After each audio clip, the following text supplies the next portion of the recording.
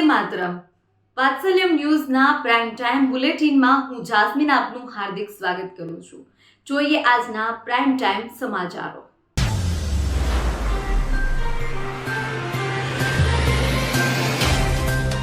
મોરબીમાં પૂર્વ સૈનિકોનું સંમેલન યોજાયું હતું। મોરબી માળિયા હાઈવે રોડ પર આવેલા ભરતનગર ગામ પાસે ભરતવન ખાતે આજે કલેક્ટર કેવી ઝવેરી તથા રાજ્યના પૂર્વ મંત્રી રાઘવજીભાઈ પટેલના અધ્યક્ષસ્થાને પૂર્વ સૈનિકો સહિત થયેલા સૈનિકોના ધર્મપત્ની તેમજ હાલના સેનાના ફરજ બજાવતા મોરબી જિલ્લાના સૈનિકોના પરિવારજનોનું સંમેલનનું આયોજન કરવામાં આવ્યું। એમાં અંદાજે 400થી વધુ જેટલા જવાનો તથા પરિવારજનો હાજર રહ્યા। સંમેલનમાં શહીદોની પત્નીઓના સન્માન કરવામાં આવ્યા। જો કે તે સમયે ઘણાની આંખમાં આંસુ આવી ગયા।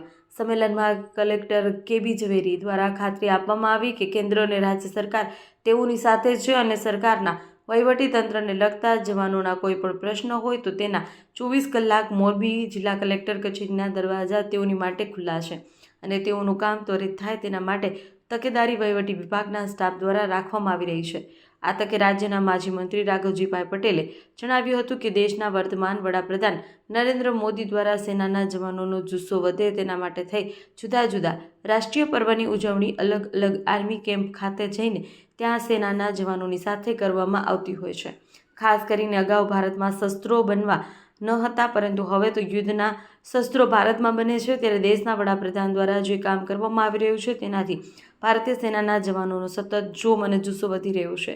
અંતમાં નિવૃત્ત કમાન્ડર અને district welfare officer Rajkot Morbi પવનકુમારે જણાવ્યું હતું કે દર વર્ષે ગુજરાતમાં સરકાર દ્વારા સૈનિકોની સમસ્યાઓને જાણવા સમજવા અને તેઓની ત્વરિત નિકાલ કરવા માટેનું સંમેલનનું આયોજન કરવામાં આવે છે। ખાસ કરી જમીન સહિતના જે પ્રશ્નો સૈનિકોના હોય છે તેનો વહીવટીતંત્ર ઝડપથી નિકાલ કરવામાં આવે છે, જેથી મોટાભાગના પ્રશ્નો ઉકેલાઈ ગયા છે। જોકે 10% જેટલા પ્રશ્નો હોય છે તેને પણ ઉકેલવા માટે તંત્ર કામ કરી રહ્યું છે। રિપોર્ટ શ્રીકાંત પટેલ, મોરબી।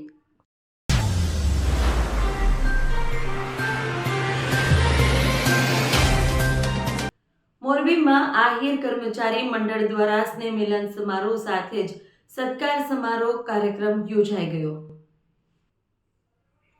મોરબી જિલ્લા આહિર કર્મચારી મંડળ દ્વારા રામધન આશ્રમ ખાતે સ્નેહ મિલન અને તેજસ્વી તારલાઓ માટે તથા દાતાઓના સન્માન સમારોહ યોજાઈ ગયો છે, જેમાં કેજીથી ધોરણ 10 સુધીના ભણતા બાળકોને સંગીત ખુરશી, લીંબુ ચમચી, મેમરી ટેસ્ટ જેવી રમતો રમાડી નંબર 1 થી 3 આપવામાં આવ્યા હતા, જે દરેક વિદ્યાર્થીઓને શાળાકીય કીટ આપી સન્માનિત કરવામાં આવ્યા હતા। જ્યારે મોરબી જિલ્લામાં વર્ષ 2025માં જે સરકારી નોકરીમાં લાગ્યા છે તે દરેકને સન્માનપત્ર આપી આવકાર્યા હતા। કાર્યક્રમમાં કાયમી દાતાના સન્માન કરવામાં આવ્યા હતા અને કાર્યક્રમમાં ચંદુભાઈ હુંબલ, સંતો મહંતો સહિત સમાજના ઘણા અગ્રણીઓ ઉપસ્થિત રહ્યા હતા। કાર્યક્રમને સફળ બનાવવા મોરબી જિલ્લા આહિર કર્મચારી મંડળના પ્રમુખ દિનેશભાઈ હુંબલ, મહામંત્રી મયુરભાઈ ગજિયા તેમજ કર્મચારી મંડળના મુખ્ય હોદ્દેદારોએ મોટી ચેમજ ઉઠાવી હતી। રિપોર્ટર શ્રીકાંત પટેલ, મોરબી। મારું નામ ડાંગર અજયભાઈ, હું પૂર્વ પ્રમુખ મોરબી જિલ્લા આહિર કર્મચારી મંડળ અને હાલ મોરબી જિલ્લા આહિર કર્મચારી મંડળમાં પ્રમુખ તરીકે દિનેશભાઈ હુંબલ અને મંત્રી તરીકે મયુરભાઈ ગજિયા ફરજ નિભાવી રહ્યા છે। આજે તારીખ 4 જાન્યુઆરી 2026ના રોજ મોરબી જિલ્લા આહિર કર્મચારી મંડળનો સ્નેહ મિલનનો કાર્યક્રમ હતો। આ સતત 16 વર્ષથી મોરબી જિલ્લા આહિર કર્મચારી મંડળ દરેક કર્મચારીઓ માટેનું સ્નેહ મિલનનું આયોજન કરે છે, જેના અનુસંધાને મોરબી જિલ્લાના દરેક કર્મચારીઓ અને ફૂલ ફેમિલી સાથે અહીં સ્નેહ મિલન કાર્યક્રમમાં આવે છે અને આ કાર્યક્રમની અંદર આ વખતે વર્ષ 2025ની અંદર આહિર સમાજના જે નવનિયુક્ત ગુજરાત ગવર્મેન્ટની અંદર નોકરીએ લાગેલા તમામ કર્મચારીઓનું પણ સન્માન કરવામાં આવ્યું। અહીં સાથે સાથે દરેક કર્મચારીઓના બાળકો માટે એક રમતગમતનું આયોજન કરવામાં આવે છે, જેની અંદર ખૂબ જ મોટી સંખ્યામાં બાળકો ભાગ લે છે।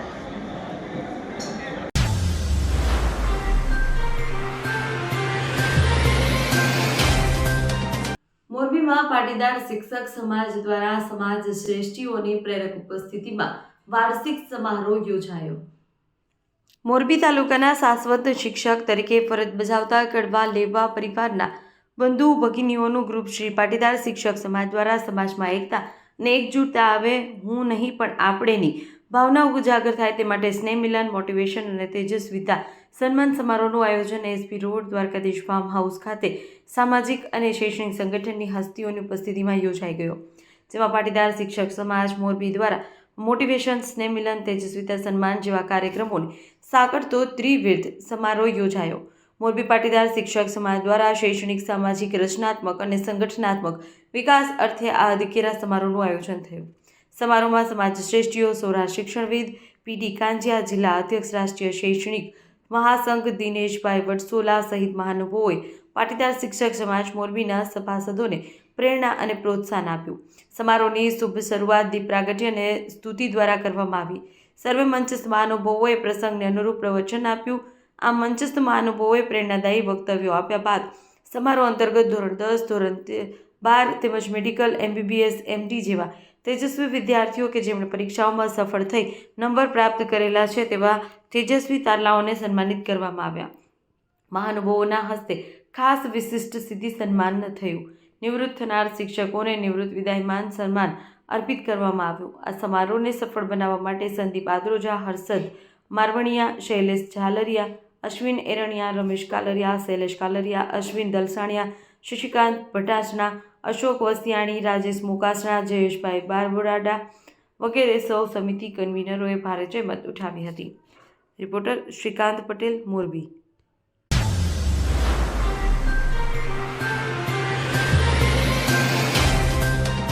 ચોટીલા પ્રાંત અધિકારી દ્વારા મઘરીખડા ગામે નેશનલ હાઈવે 47 પર આવેલા ગેરકાયદેસર હોટલ પર બુલડોઝર ફેરવ્યું હતું.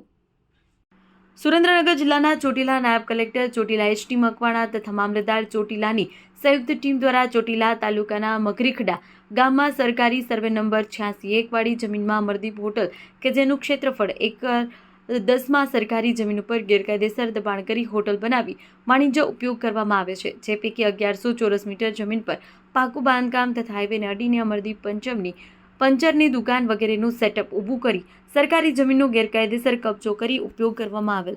જે હોટલના માલિક છત્રજીતભાઈ રાવતુભાઈ ખાચરને નાના કાંદાસર હોટલ બનાવી અનધિકૃત રીતે દબાણ કરી વાણિજ્ય હેતુ માટે અમરદીપ હોટલ, પંચરની દુકાન, ટોયલેટ બ્લોક વગેરે નીચે મુજબના ગેરકાયદેસર પાકા બાંધકામ નાયબ કલેક્ટર ચોટીલા HT મકવાણા તથા મામલતદાર ચોટીલાની સંયુક્ત ટીમ દ્વારા દબાણો દૂર કરવામાં આવ્યા. જેમાં અમરદીપ હોટલ, એક પંચરની દુકાન, ટોયલેટ, બાથરૂમ બ્લોક, પાણીનો ટાંકો, અન્ય ઓરડી સરકારી જમીનમાં ગેરકાયદેસર બાંધકામ કરેલ હતા. તે જમીનમાંથી દૂર કરાવી આશરે 16,37,61,000ની કિંમતની સરકારી જમીન ખુલ્લી કરવામાં આવેલ. તેમાં ગેરકાયદેસર પાકા બાંધકામ ઘણા સમયથી કરેલ તે અંગેની તપાસ કરી વાર્ષિક બિનખેતીમાં જંત્રીમાં 1% દરે વસૂલાત કરવા અંગેની કાર્યવાહી હાથ ધરવામાં આવી હતી. ચોટીલા સબ ડિવિઝન હેઠળના ચોટીલા તાલુકાની અંદર ખાસ કરીને નેશનલ હાઈવે 47 ઉપર જુદા જુદા દબાણકર્તાઓએ વર્ષોથી સરકારી જમીનો ઉપર જે મોટા પ્રમાણની અંદર તદ્દન ગેરકાયદેસર રીતે બાંધકામ કરીને હોટલો ચલાવવામાં આવે છે. તે દબાણની ડ્રાઈવ છે એ છેલ્લા 5 દિવસથી ચાલુ છે અને એ દબાણ દૂર કરવાની ડ્રાઈવ અંતર્ગત આજે અમારી નાયબ કલેક્ટર પ્રાંત ચોટીલાની ટીમ અને મામલતદાર ચોટીલાની સંયુક્ત ટીમ દ્વારા નેશનલ હાઈવે 47 ઉપર ચોટીલા અમદાવાદ હાઈવે ઉપર અમરદીપ હોટલ કે જે મઘરીખડા ગામ ખાતે આવેલી છે, જે સરકારી સર્વે નંબર 86 પૈકી 1 ઉપર કે જે કુલ ક્ષેત્રફળ 10 એકર છે, જેમાં 5 એકર ઉપર મોટા પ્રમાણની અંદર આ અમરદીપ હોટલ દ્વારા બાંધકામ કરવામાં આવેલું હતું અને સાથે સાથે એક પંચરની દુકાન, ટોયલેટ, બાથરૂમ બ્લોક, પાણીનો ટાંકો અને અન્ય ઓરડી એમ કરીને 5 એકર જમીનની અંદર આ પાકું બાંધકામ કરી અને દબાણ કરતા છત્રજીતભાઈ રાવતુભાઈ ખાચર દ્વારા આ જમીનનો ઉપયોગ છેલ્લા 10 વર્ષથી હોટલનું બાંધકામ કરીને કરવામાં આવતો હતો અને જેની કિંમત થાય છે 16,37,61,000 રૂપિયા. આ તમામે તમામ દબાણને આજે દૂર કરવામાં આવેલું છે અને દબાણ દૂર કરી અને મામલતદાર શ્રી ચોટીલા દ્વારા આ સરકારી જમીનનો કબજો છે એ કબજો મેળવી લેવામાં આવેલ છે. ચોટીલા સબ ડિવિઝન હેઠળના ચોટીલા તાલુકાની અંદર ખાસ કરીને નેશનલ હાઈવે 47 ઉપર જુદા જુદા દબાણકર્તાઓએ વર્ષોથી સરકારી જમીનો ઉપર જે મોટા પ્રમાણની અંદર તદ્દન ગેરકાયદેસર રીતે બાંધકામ કરીને હોટલો ચલાવવામાં આવે છે, તે દબાણની ડ્રાઈવ છે એ છેલ્લા 5 દિવસથી ચાલુ છે અને એ દબાણ દૂર કરવાની ડ્રાઈવ અંતર્ગત આજે અમારી નાયબ કલેક્ટર પ્રાંત ચોટીલાની ટીમ અને મામલતદાર ચોટીલાની સંયુક્ત ટીમ દ્વારા નેશનલ હાઈવે 47 ઉપર ચોટીલા અમદાવાદ હાઈવે ઉપર અમરદીપ હોટલ કે જે મગરીખડા ગામ ખાતે આવેલી છે, જે સરકારી સર્વે નંબર 86 પૈકી એક ઉપર કે જે કુલ ક્ષેત્રફળ 10 એકર છે, જેમાં 5 એકર ઉપર મોટા પ્રમાણની અંદર આ અમરદીપ હોટલ દ્વારા બાંધકામ કરવામાં આવેલું હતું અને સાથે સાથે એક પંચરની દુકાન, ટોયલેટ, બાથરૂમ બ્લોક, પાણીનો ટાંકો અને અન્ય ઓરડી એમ કરીને 5 એકર જમીનની અંદર આ પાકું બાંધકામ કરી અને દબાણ કરતા સત્રજીતભાઈ રાવતુભાઈ ખાચર દ્વારા આ જમીનનો ઉપયોગ છેલ્લા 10 વર્ષથી હોટલનું બાંધકામ કરીને કરવામાં આવતો હતો અને જેની કિંમત થાય છે 16,37,61,000 રૂપિયા. આ તમામે તમામ દબાણને આજે દૂર કરવામાં આવેલું છે અને દબાણ દૂર કરી અને મામલતદાર શ્રી ચોટીલા દ્વારા આ સરકારી જમીનનો કબજો છે એ કબજો મેળવી લેવામાં આવેલ છે.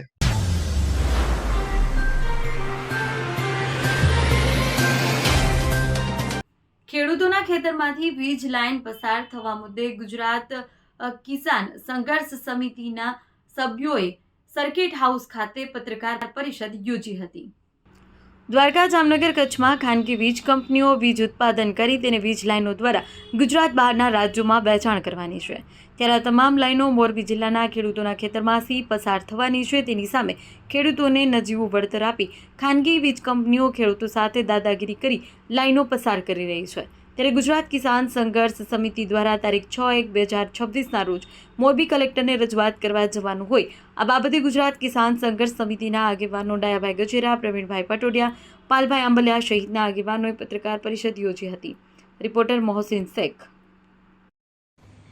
અમે ગુજરાત કિસાન સંઘર્ષ સમિતિના આગેવાનો આપ સૌ પ્રેસના મીડિયાના સૌ પત્રકાર મિત્રોને અમે ખાસ કરીને ધન્યવાદ આપીએ છીએ. અમે અમારી જે વાત છે એ તાજેતરમાં જે છેલ્લા 3 મહિના થયા ગુજરાતની અંદર જે વીજ કંપનીઓ જે હેવી ટ્રાન્સમિશન લાઈનો નાખી રહ્યા છે અને ટ્રાન્સમિશન લાઈનોને કારણે એમના જે પોલ ઊભા કરવામાં આવી રહ્યા છે, પોલ નાખતી વખતે કોઈપણ જાતની ગાઈડલાઇન કે કોઈપણ જાતની સૂચના કે કોઈપણ જાતના સંપાદન વગર ખેડૂતોના ખેતરોમાં આ પોલ ઊભા કરવામાં આવી રહ્યા છે. ખેડૂતોને જે પ્રકારે મૂંઝવણ છે, એના વળતરના સવાલો હોય, એના ભવિષ્યના સવાલો હોય, એની કોઈ માહિતી આપવામાં આવતી નથી. ત્યારે ખેડૂતોની અંદર એક કહેવાય કે ભયંકર અસંતોષ છે અને અન્યાયની લાગણી અનુભવે છે.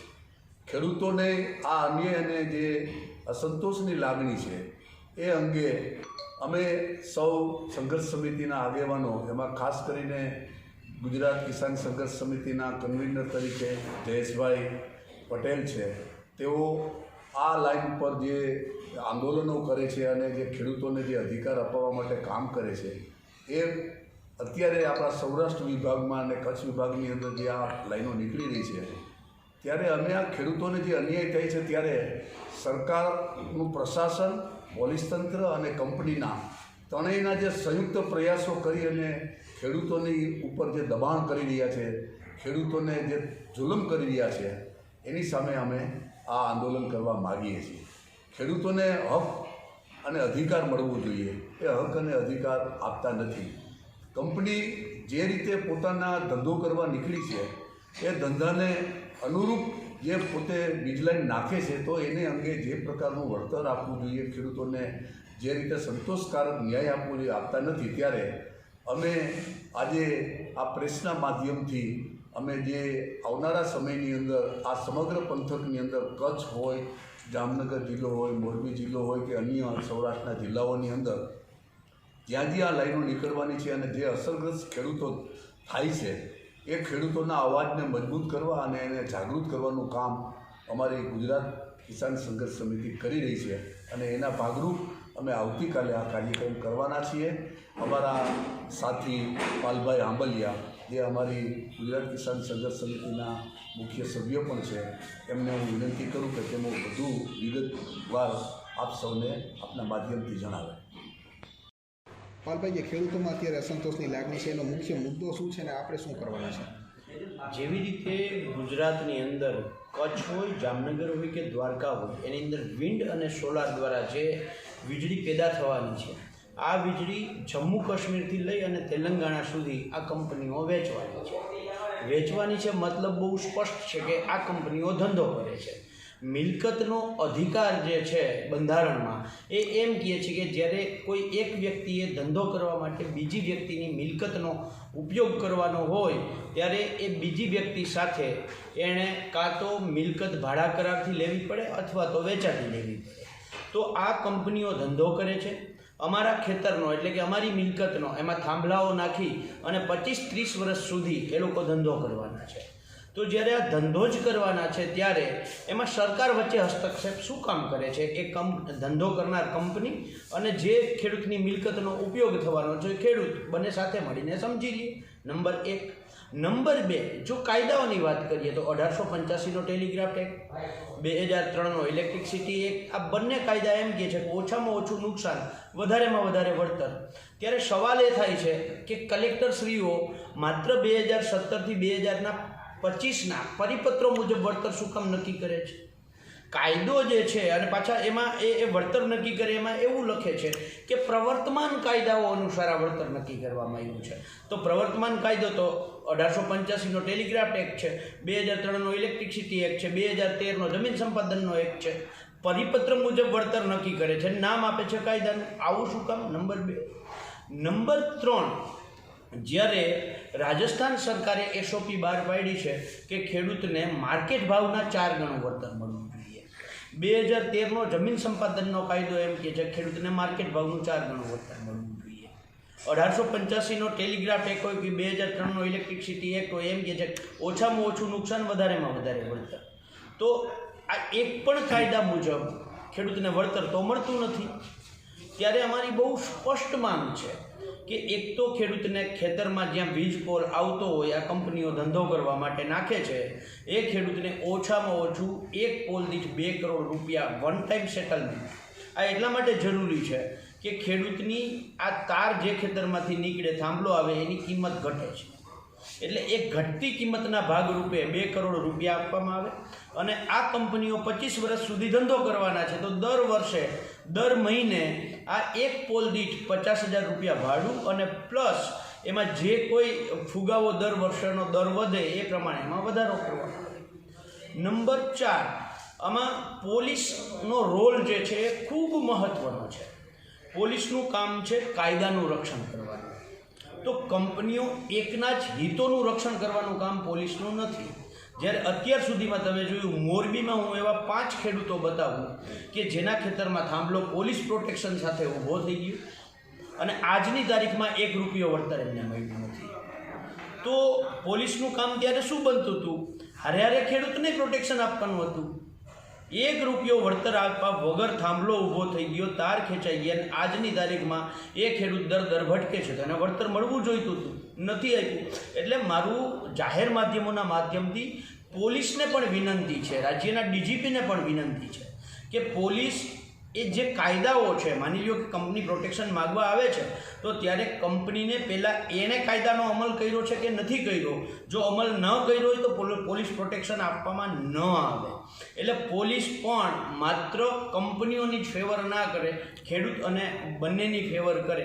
આવા અનેક મુદ્દાઓને લઈ અને આવતીકાલે સવારે 10 વાગે અમે મોરબી કલેક્ટર પાસે ગુજરાત કિસાન સંઘર્ષ સમિતિના આગેવાનો અને ખેડૂતો મોરબી કલેક્ટર પાસે જવાના છીએ. ત્યારે જાહેર માધ્યમોના માધ્યમથી હું કહું છું કે આવતીકાલે 6 તારીખે સવારે 10 વાગે મોરબી જિલ્લાના ખેડૂતો ઉપરાંત જામનગર, દ્વારકા, બનાસકાંઠા, પાટણ, કચ્છ અને સુરેન્દ્રનગરના જિલ્લાના ખેડૂતો પણ આવતીકાલે પધારો. આપણે સૌ સાથે મળી અને લડાઈ કરીએ.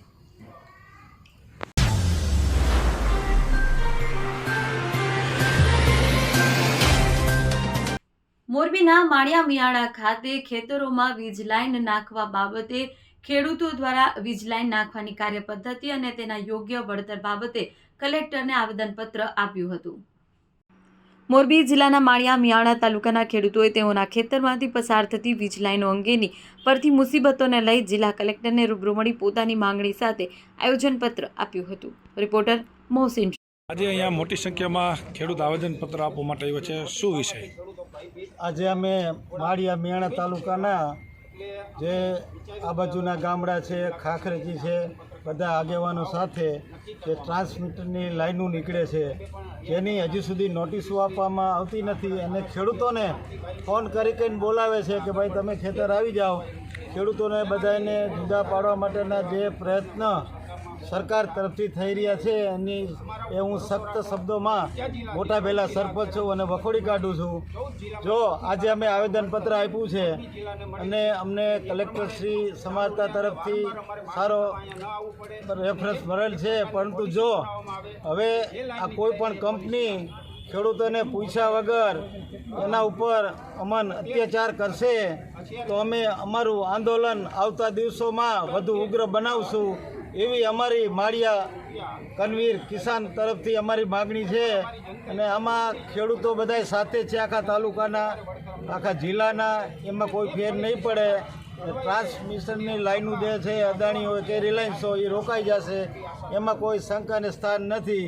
એટલે અમારી એવી માગણી છે. આજે તો જૂથ સંખ્યામાં ખેડૂતો આવ્યા, પણ જરૂર પડશે તો અમે ટ્રેક્ટરથી ખેડૂતોને લાવશું, મોટી રેલી કરશું. ગામડામાં અમે અમારા બેન દીકરીઓ પણ અમારી સાથે જોડાશે, શ્રમિકો જોડાશે, બરાબર. એટલે હવે અમે ખાસ સરકારને ધ્યાન દોરી છીએ કે જે લાઈનો નાખે એ પહેલાં ગ્રામ પંચાયતને ખેડૂતોને જેના ખેતરમાં આવે ના આવતી એવા આગેવાનોને વિશ્વાસમાં લઈ અને પછી આ કંપની આગળ વધે એવી માગણી છે, નકર ઉગ્ર આંદોલન થશે. જય જવાન. શું નામ તમારું?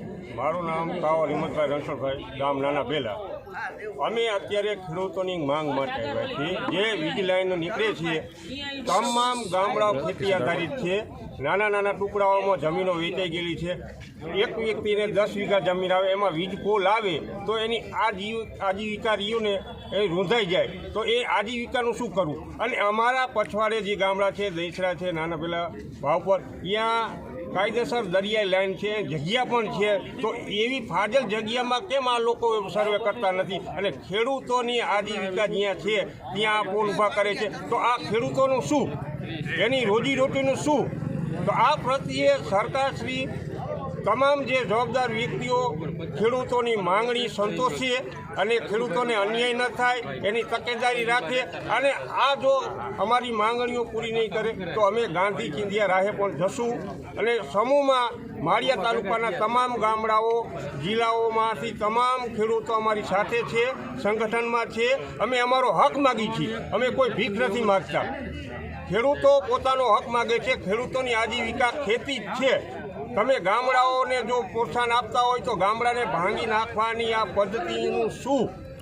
તો ખેડૂતો જગતનો તાત છે, પણ ખેડૂત હરવેરો જ આ રીતે એમને હાલે છે.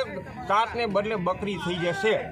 તો ખેડૂતોની માંગણી પૂરી કરવા અમે અત્યારે કલેક્ટરશ્રીને આવેદનપત્ર તમામ 17 ગામના લોકો આવ્યા હતા. અને હજી આથી જો અમારી માંગ નહીં પૂરી થાય તો સમૂહમાં તમામ જિલ્લાના ખેડૂતોને સાથે રાખી અમે ગાંધી ચિંધ્યા રાહે જશું. મારું નામ નંદલાલ કૈલા, માળિયા તાલુકા ખેડૂત આગેવાન. અને આ જે લાઈન નીકળે છે એના બાબતે અમે આવેદનપત્રો આવ્યા હતા. અમારી 2 જ માંગ છે, એક વળતર બાબત અને એક કાર્ય પદ્ધતિ બાબત. અત્યારે જે લાઈનો નખાય છે એમાં અમને વળતર પૂરતું આપેલ છે. મંત્રી શ્રી કાંતિભાઈ અમૃતિયાના પ્રયત્ન અને સ્થાનિક ભાજપ આગેવાનો સાથે અમે લગભગ 17 વખત ગાંધીનગર ગયેલા અને સફળ રજૂઆતથી આપણા જિલ્લા પૂરતું વળતર ઊંચું કરી દીધેલું છે. પણ એમાં પણ જેમ વરસ જાય એમ 10% ઉમેરો કરવામાં આવે એવી અમારી માગણી છે. અને અમને આવો સાથ સહકાર સરકારશ્રી તરફથી કલેક્ટર સાહેબથી મળતો રહે એવી આશા સાથે આવેદનપત્ર આપવા આવેલા હતા. અને અત્યારે અમે કલેક્ટર સાહેબને મળ્યા એટલે એમને પૂરો અમને સંતોષ આપેલો છે. અને અમારી માગણી મુજબ શક્ય હોય એટલું વધારેમાં વધારે ખેડૂતને લાભ મળે એવા પ્રયત્ન કરશું. ખેડૂત કોઈ દી ભિખારી નથી એમ પણ કીધું. ખેડૂત એનો હક માગી શકે, ન્યાય માગી શકે મફતનું કાંઈ અમારે જોતું નથી, પણ અમારા હકનું અમારે જોવે છે અને હક અમે માગવા આવેલા છીએ.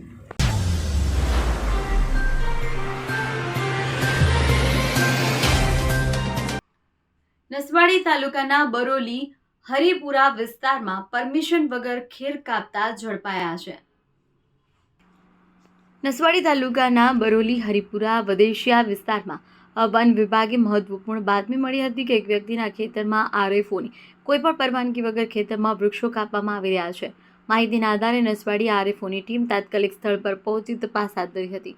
તપાસ દરમિયાન જાણવા મળ્યું કે સંબંધિત ખેતરમાં ખેરનું વૃક્ષ પરમિશન વગર કાપવામાં આવી રહ્યું છે, જે વન કાયદામાં સ્પષ્ટ ભંગ છે. વન વિભાગની ટીમે તાત્કાલિક કાર્યવાહી કરી કાપવામાં આવેલા ખેરનો કબજો લીધો છે. આ સાથે જ સ્થળ પર પંચનામું તૈયાર કરી વધુ તપાસ શરૂ કરવામાં આવી છે. વન વિભાગ દ્વારા સ્પષ્ટ જણાવવામાં આવ્યું છે કે ખેર સહિત કોઈપણ વન ઉપજનું કાપવામાં કરવા માટે આરએફઓની પૂર્વ મંજૂરી ફરજિયાત છે. પરમિશન વગર કરવામાં આવતું કામ ગુનાહિત કૃત્ય ગણાય છે અને આવા કેસોમાં કાયદેસરની કાર્યવાહી કરવામાં આવશે. ઘટના બાદ વિસ્તારમાં વન સંપત્તિની સુરક્ષા અંગે ફરી એકવાર ચિંતા વ્યક્ત કરવામાં આવી છે. વન વિભાગે સ્થાનિક લોકોને અપીલ કરી છે કે જો કોઈ પણ જગ્યાએ ગેરકાયદેસર રીતે વૃક્ષો કાપવામાં આવતા હોય તો તાત્કાલિક વન વિભાગને જાણ કરવી, જેથી પર્યાવરણ અને વન સંપત્તિનું રક્ષણ કરી શકાય. રિપોર્ટર મુકેશ પરમાર, નસવાડી.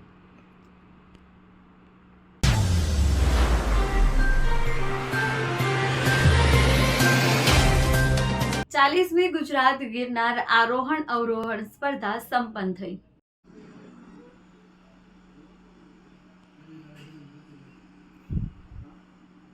પવિત્ર ગિરનારની ભૂમિમાં સવારે ખુશનુમા વાતાવરણમાં 6:45 કલાકે 40મી અખિલ ગુજરાત ગિરનાર આરોહણ અવરોહણ સ્પર્ધાનો આરંભ સામાજિક ન્યાય, અધિકારિતા, પ્રાથમિક, માધ્યમિક અને પ્રૌઢ શિક્ષણ, ઉચ્ચ અને તાંત્રિક શિક્ષણ મંત્રી અને જૂનાગઢ જિલ્લાના પ્રભારી મંત્રી પ્રદ્યુમન વાજાએ ફ્લેગ ઓફથી પ્રારંભ કરાવ્યો. 40મી અખિલ ગુજરાત ગિરનાર આરોહણ અવરોહણ સ્પર્ધા આજે જોમ અને જુસ્સા સાથે રાજ્યના સૌથી ઊંચા પર્વત ગિરનારને સર કરવા રાજ્યભરના સ્પર્ધકોએ દોટ મૂકી. સ્પર્ધામાં સિનિયર બહેનો 37.47 મિનિટમાં સમય સાથેની જાડા રિંકલે મેદાન માર્યું. સિનિયર ભાઈઓમાં સોલંકી અલ્પેશે 62.51 મિનિટના સમય સાથે ગિરનાર સર કર્યો.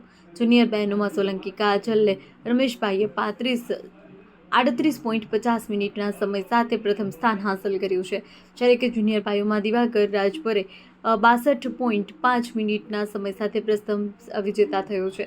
સ્પર્ધામાં અન્ય વિજેતાઓમાં સિનિયર ગર્લ્સમાં દ્વિતીય ક્રમે જાબુચા કાજલ, તૃતીય ક્રમે ભાલ્યા અંજના રહે છે.